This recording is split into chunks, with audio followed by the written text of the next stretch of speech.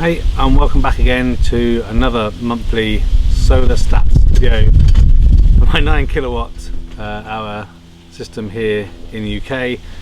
And today we're going to talk about the monthly stats for the month of June 2019.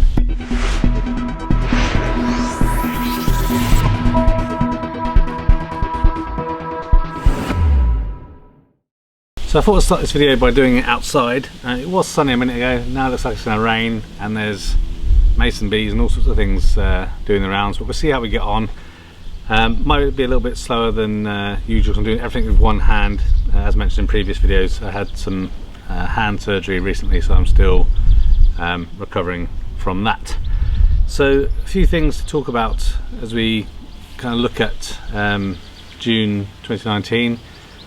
Even without looking at the stats, I know that this month hasn't been as good as last month. There just wasn't as many kind of sunny days, and there was a couple of situations where again I had to kind of pull from the grid and use some gas some more because the weather was pretty rubbish. So that should be depicted during here. Also, another thing that happened during June, you would have seen some of the other videos, is I got the My Energy hub and also access to the application, the little My Energy app. So there's a few videos about the hub that I've put up, and I've been kind of postponing doing a video on the app because there are a few issues with it, but I will probably try and do that in the next coming weeks once my kind of hand is a bit better, and hopefully they may have done an update to the app.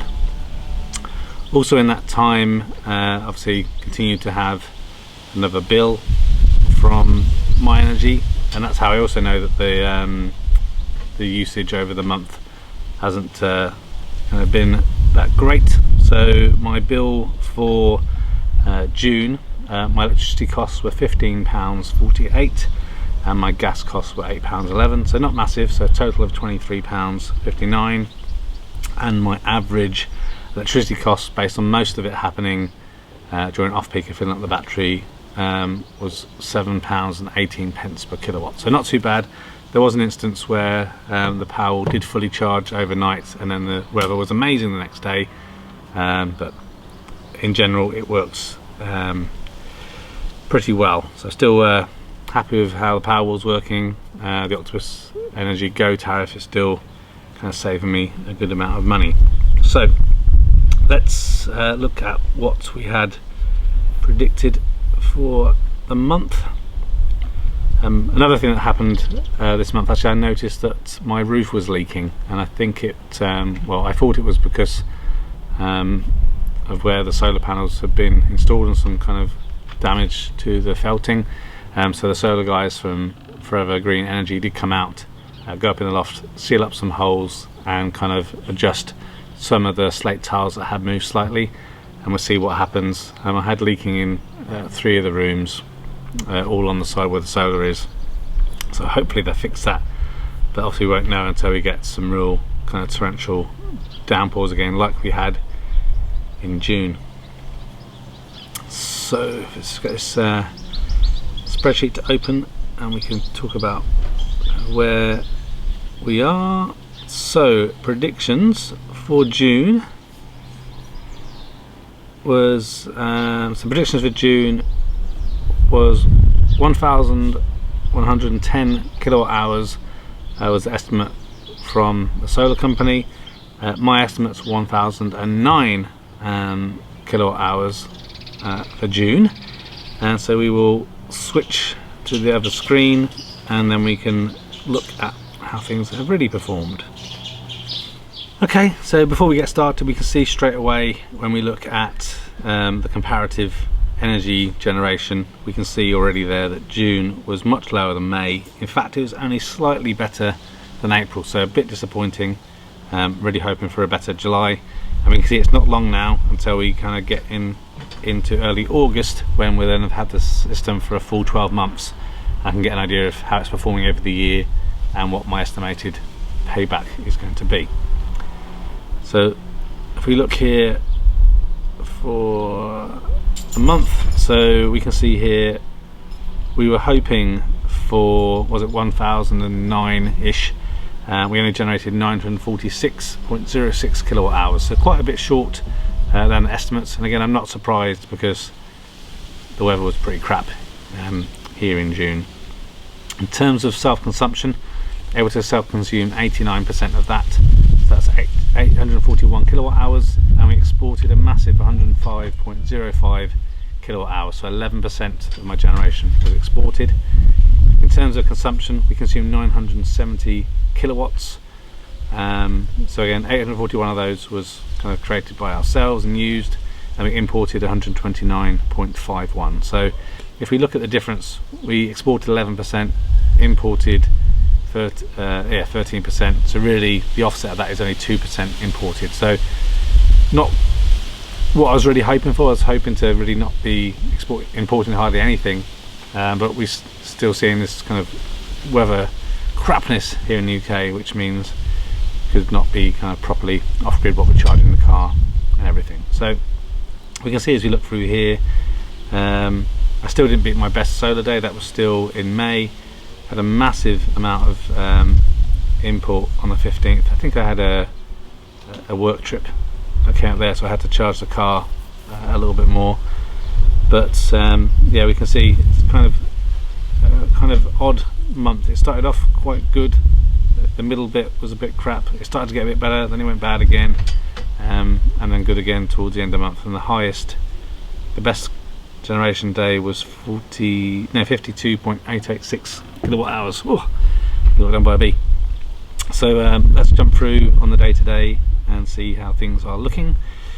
So as we come out of May, the weather was pretty good to start with, so you can see good level of generation during the first, and a healthy amount of export. Second day, similar story, not a lot of surplus, but we're doing all we need to do, filling up the power wall and heating the water in general. Then we see we're starting to hit a bit of shortage, so not quite sure what happened the day before, but a little bit of pre-charging off the grid for the power wall there. I think obviously decided it needed something. Next day, again, not too bad, some relatively good generation, a little bit of export because we couldn't use it all. Again, cloudy, overcast day on the 7th, so not a lot. And we can see here we ran out of battery very late into the evening, which means we would have pulled a bit from the grid just to top it up. And again, not enough available. I think there's probably a bit of kettle boiling and hair dryers in the morning, which meant that the current energy we had in the battery and coming from the grid at that time was not sufficient. Okay, pretty good solar generation day. Exported a little bit, didn't pull anything from the grid in the morning, so that was a pretty good day. 10th, again, pretty overcast, a couple of spikes up to 5 kilowatts, but not too much of a bad day, hardly any importing going on.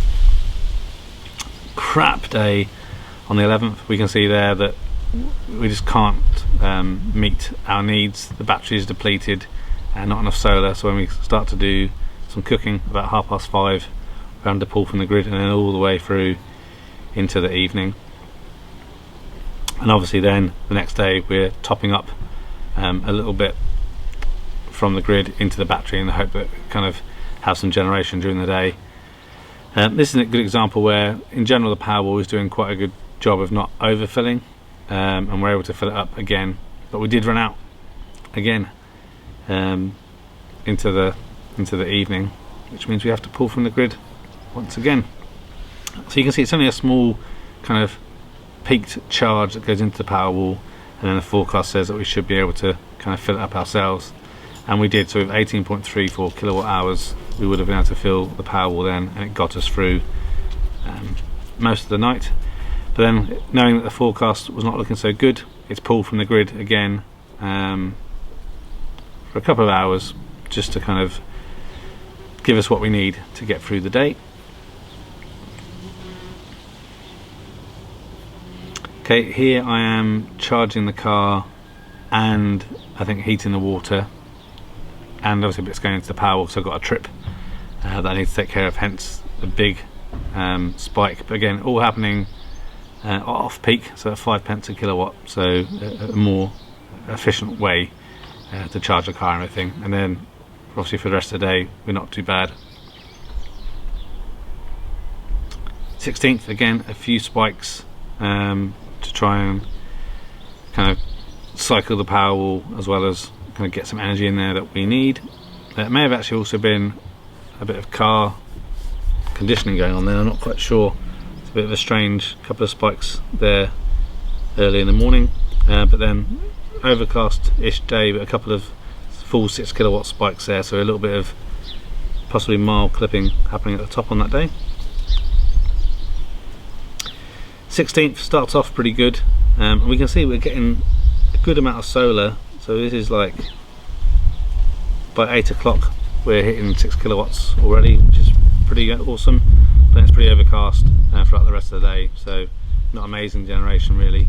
41 kilowatts isn't too bad, but obviously because the weather being pretty poor, we're trying to catch up and charge the car and everything as much as we can.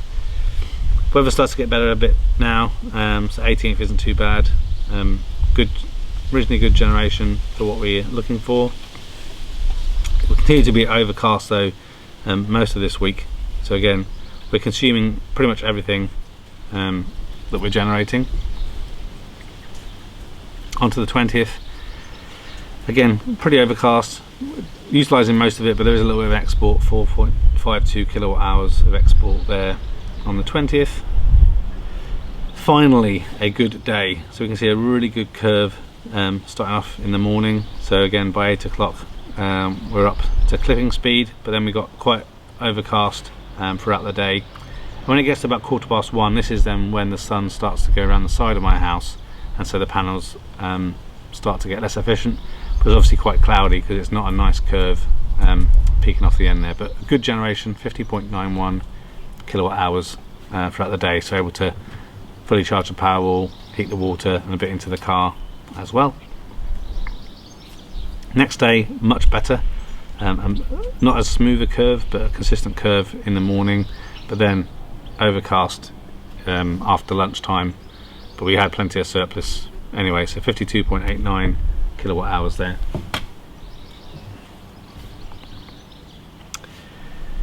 Then if we look at the 23rd, again a bit crappy, so overcast a lot during the day, but we're able to kind of charge the Powerwall and heat the water, so doing what we need to do. 24th is bad again, so not a lot kind of going on here, but again we're able to charge what we need to charge, so we're not having to pull from the grid still. Okay, but the bad weather continues, and for some reason we've got a couple of spikes here. What's happening there at 11:15? Not quite sure why we had this sudden spike that the Powerwall couldn't respond to, but again by the evening we've run out of battery and we need to start pulling from the grid. So again for the Powerwall charging early hours of the morning during the off peak, and then a pretty low solar generation day, so I'm pretty sure by the morning again we're having to pull from the grid. Yep. So this is where we had a stupid Tesla Powerwall forecast, so it obviously decided it needed a lot of power, so it pulled quite a lot from the grid at the early hours of the morning. I think it might have heated the water in the morning as well then, because it was definitely run out because it didn't heat the previous day. But then we get a really good solar day, so massive 26.43 kilowatt hours of export, so the Powerwall really didn't need to have charged. So it's not very often that it makes these mistakes, but it does happen, so it's good to share that. So massive exports. Following day is pretty good, so we can see here again by 8 o'clock we're hitting 6 kilowatts, and we pretty much clip all the full time all the way up until about 1:15 when the sun goes round, and it starts to get a little bit overcast anyway, so not as quite a smooth drift off in the afternoon, but pretty good day in terms of consistent generation there. 29th, so getting towards obviously the end of the month now, another kind of rocky start to the morning, but by about 10 o'clock we're clipping again all the way through until around 1:15, and then a much smoother curve off towards the afternoon and a good solid day of generation and quite a lot of export again. So obviously by this time I've had my hand operation, so I'm not driving or using the car, so I'm not having to kind of find any surplus to put in the car at all. And then the last day of the month wasn't that great, which didn't really help us get closer to our target, but good enough. We still had that massive generation the day before, so the battery probably had about 40% in the morning, so it doesn't take as much to charge it, so it's pretty much charged by about 10:15. Then we're just heating the water, and there's plenty of surplus going around. So that brings us to the end of the month. So in terms of kind of how we're doing with estimates, my estimate is still that with the battery and the solar, my kind of payback is looking to be about 12.5 years. It would be about 8 years if I didn't have the battery. The battery does add a considerable amount of time back on to the payback, but does also mean that you can maximize your solar usage a lot more. So I still do recommend the battery. If we have a quick look now at kind of how things are working with the Powerwall and the hot water heating and everything, we can see what the rest of the performance was like. So if we start off with the car charging, so for the month we put a total of 212.22 kilowatt hours into the car. 177.43 kilowatt hours came from solar, which accounted for 83%. The rest came from the grid, and again that was because there was that one time where I really needed to pull from the grid because I had a trip the next morning that I had to take care of. In terms of hot water, not a bad month. So for the month we put 78 kilowatt hours of energy that was all pretty much surplus into the hot water, so pretty good. In terms of the Powerwall, we put 294 kilowatt hours of energy into the Powerwall during the month of June, and we're able to get out of it 259 kilowatt hours. So again, we're being pretty consistent in terms of the efficiency kind of round trip on the Powerwall. So that's it. That brings us to the end of June. So disappointing month, but still happy with how the system is performing. I'm hoping that those leaks have been eradicated, and I'm also hoping that we get much better weather for July and August.